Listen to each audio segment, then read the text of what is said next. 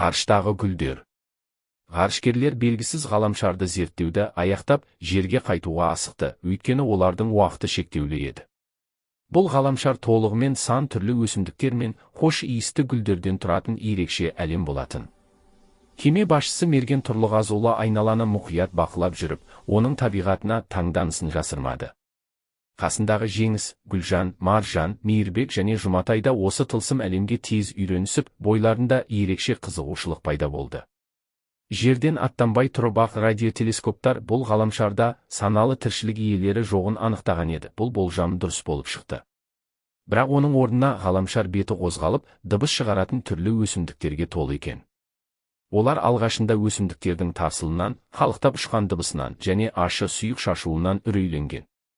Дегенмен ботаник Гүлжан олардың өсімдік екенін түсіндіріп, бәрін тыныштандырды. Уақыттары болғанда Жұматай домбыра тартып, ән салғанда өсімдіктердің тым-тырыс қалуы ғарышкерлерді ерекше таңғалдырды. Бұл әлемнің әр өсімдігі өз тіршілігі бар жәндік секілді көрінді. Алайда жұлдызаралық кемеде бөтен өсімдіктерді сақтайтын арнайы орында, жеткілікті топырақ пен суда болмағандықтан оларды өздерімен ала алмады.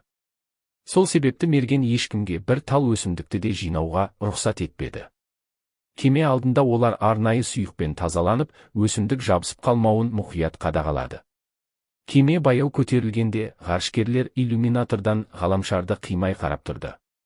Түрлі түсті гүлдер алыстай келе біртіндеп қызыл түсті тұтас аймаққа айналды. Мерген өсімдіктердің ешқайсысы кемеге жабыспағанына көз жеткізіп, іштей қуанды. Бірнеше минуттан соң олар кемені орбитаға шығарып, ғаламшардан біржолата алыстай берді.